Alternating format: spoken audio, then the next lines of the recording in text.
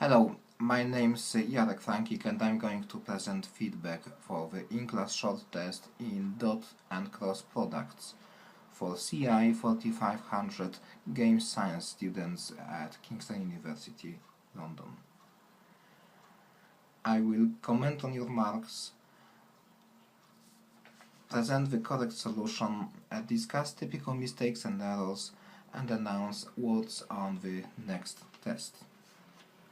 The average mark of those who set the test was 47. Not bad, but also I am not indeed pleased. I believe you can do better. For 40 people sitting the test, there were 11 fails and 11 marginal passes. There were also 15 no-shows. Just 18 people got a good mark of 60 or higher, and for those I am pretty much confident they will cope with the remainder of this course. Well done, but 18 is definitely too few.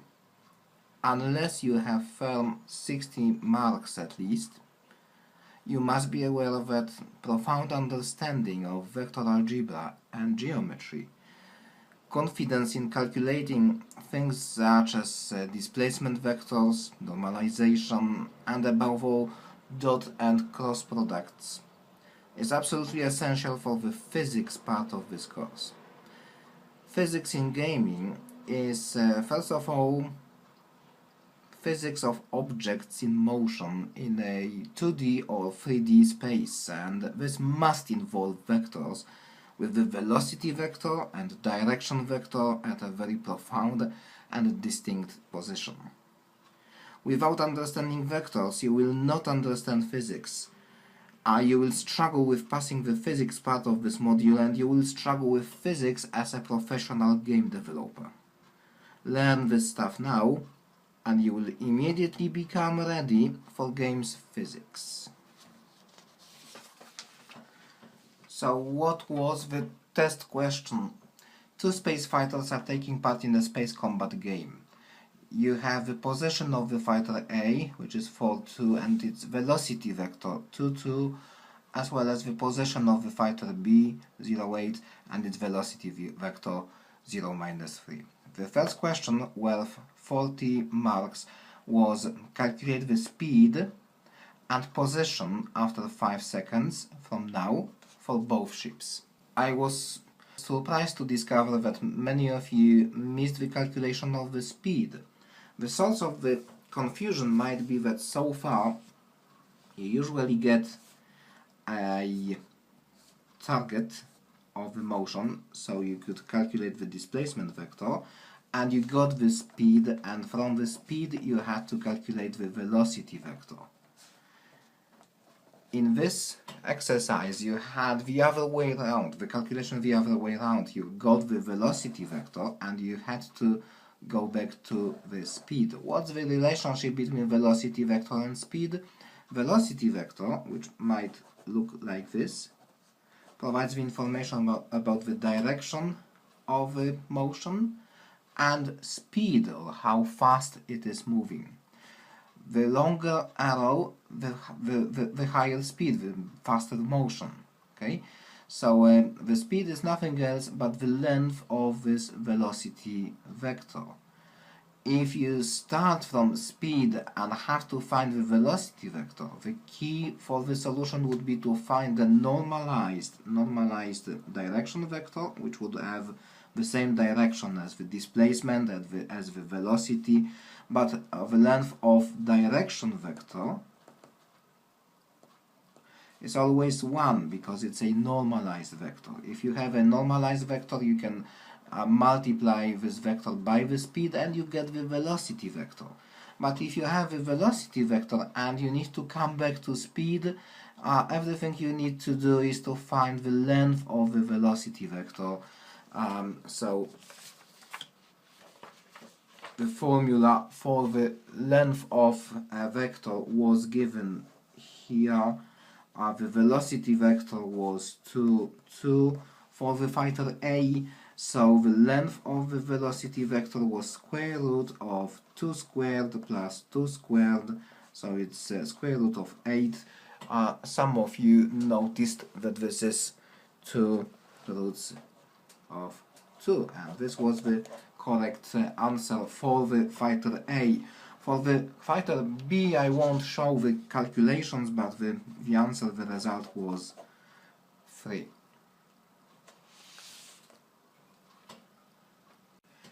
If you just can follow the solutions provided for typical problems, any problem that is different, a bit less typical, will totally confuse you. But if you understand the method, for example, you understand the distinction or relationship between speed, velocity and direction, you will be able to solve a variety of problems. The second thing we are asking you in the question 1 is position after 5 seconds from now. This proved to be less difficult for most of you. The motion equation needed here was provided in the sheet at this place here. So it is position after 5 seconds is equal position, initial position, the current position, plus Vt. V stands for velocity and is given here. T is the time elapsed in this situation. It is 5 seconds. We also have the initial position, which actually some of you have confused totally, but the position was given here. So the initial position is 4, 2. And then we have velocity, which is 2, 2, multiplied by time, which is 5. So the answer is 4.2 plus 5 times 2, 2, it's 10, 10. So the answer is 14, 12. For the fighter A, and a similar calculation should be done for the fighter B. Question 2 was a little bit more complex. You are piloting the fighter A. Perform necessary calculations to determine if you need to use front or rear gun to attack the fighter B. There is also a statement that all guns are laser guns, so there is no lag. To start with this question, I will draw the situation in the coordinate system, like this. So I have the fighter A, which is at the position 4, 2, it's somewhere here, and the fighter B is slightly higher, it is here. The first thing to notice here is that the words like front and rear have only sense if they are related to the orientation of the space fighter A, and this orientation is provided by its velocity vector, which is 2, 2, so it's pointing this way. If we know where is it flying, we know that all this area is its front and all this area is its rear. Most of you have noticed that distinction between front and rear is based on dot product calculation. And now one crucial thing was to notice that one of these vectors is the velocity vector, and the other vector cannot be just the position of any of these fighters. The other vector must be this vector from A to B.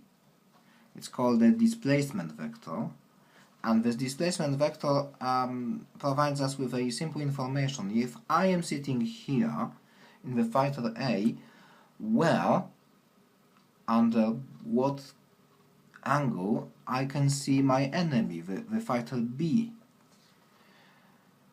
And this can only be provided by the vector that connects point A and point B. That's called the displacement vector. Displacement vector, and this is another common mistake, the displacement vector is always the end of this vector, b, minus the beginning of this vector, a. Many of you have done calculation the other way around, a minus b, but displacement is always the end minus the beginning. This is the relational position of the end in the relation to the beginning of the vector. So the position of the factor b was 0, 8, and the position of a was 4, 2. I can add these numbers here to the picture, to the drawing, 0, 8. So that calculation is minus 4, 6. Too often I got 4 minus 6 from people who just misplaced the beginning and the end of the vector.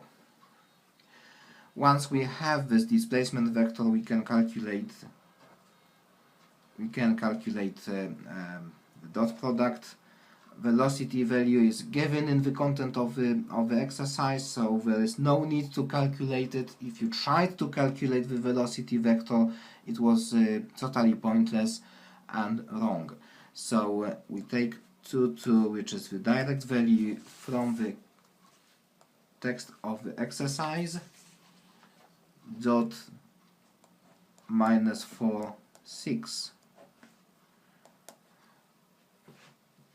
Some people make this calculation using a simple method, minus 4, 6. It may be less confusing for some people. 2 times minus 4 is minus 8, 2 times 6 is 12, both numbers added, minus 8 plus 12 is 4. That's the answer. 4 is a positive number. Positive number means that your enemy is ahead of you, so you need to use your front gun. That's the solution for the question number 2. For both questions 1 and 2 you might get 70 marks, and question number 3 was worth 30 marks by itself. So doing correctly all 3 answers, 1, 2 and 3, might give you even 100 marks. The maximum mark in the class was 90, because no one actually has calculated the question number 3 correctly. Question number 3 was, for the chosen gun, find the setting of the gun as shown in the picture. So if the enemy is just in front of you, the setting should be 0, and if it is on your left or on your right, it should be something close to 90. The solution must be based on exactly same vectors. The velocity vector, which shows where is your front, where you are looking at, and the displacement b minus a, or d, which shows where are you seeing the enemy, the fighter b. Many of you have looked for very much different pairs of vectors. Quite popular solution was calculating the angle between vector A, this one, and vector B, this one. But this vector doesn't provide any information for us. What we really need is the angle between the velocity, which is exactly the front course of the fighter A, and displacement for the vector displacement of the fighter B. Therefore, the solution of question 3 is based on calculation of V cross D.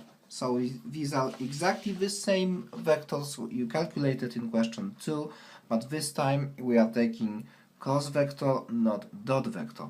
What is a cross vector? Cross vector, for anything exactly in front of you, will give you the value of 0, and the farther from the front, the larger, the bigger value is. Quite usually, cross vectors are used to differentiate between the left-hand side and the right-hand side, because as you can see even in this picture, positive values will be the right-hand side and negative values will be the left-hand side. In case of this exercise, we are not very much interested in the left side, right side. We are looking for the value of the angle, and this value can be found from the definition formula of the cross product, which tells that this is the length of one vector times the length of the other vector times the sine of the angle between the vectors. And this is the sine of the angle is exactly what we are looking for. So sine of our angle, the angle we are looking for, is v cross d divided by the length of v and the length of d. The length of v is the speed, and this speed has been calculated in question 1, and it was 2 square roots of 2. So 2 square roots of 2. The length of d, the displacement vector, has to be calculated, but the displacement vector has been actually calculated in the question 2. It was minus 4, 6. So we only need the length of the vector minus 4, 6. It is square root of 4 squared plus 6 squared. So this is square root of 16 plus 36. It is square root of 52. Some of you also noticed that this is 2 roots of 13, but if you leave it in the form square root of 52, it's alright, and you still can get full marks. Calculation of v dot d is elementary thing, so I will do it this way. It's 2, 2, minus 4, 6. 2, 2 are coordinates of the v vector. This is the v vector. Minus 4, 6, it's the displacement vector, as we calculated previously. And the calculation of the cross product will be done in a very similar method as the one we applied previously for the dot product. But in this case, in the case of cross product, you have to multiply like a cross. 2 times 6, it's 12, minus 4, 2, minus 8. These two values must be subtracted. This gives the result of 20. If you feel confused with this method of calculation, you can also apply our usual method. 2, 2, cross, minus 4, 6. 2 times 6, it's 12. 2 times minus 4, it's minus 8. So this is 12 minus minus 8, it's 12 plus 8, it's 20. And now we have everything that we need. It's sine alpha, according to this formula here, equals v dot d. v dot d is 20, divided by length of v, it was 2 square roots of 2, multiplied by the length of d, which is 2 roots of 13. And this might be the final result. For something like this you would get full marks, Actually, the only thing left here to do is to bring a calculator and do the final calculation. So it's 20 divided by 2 divided by square root of 2 divided by 2 divided by square root of 13.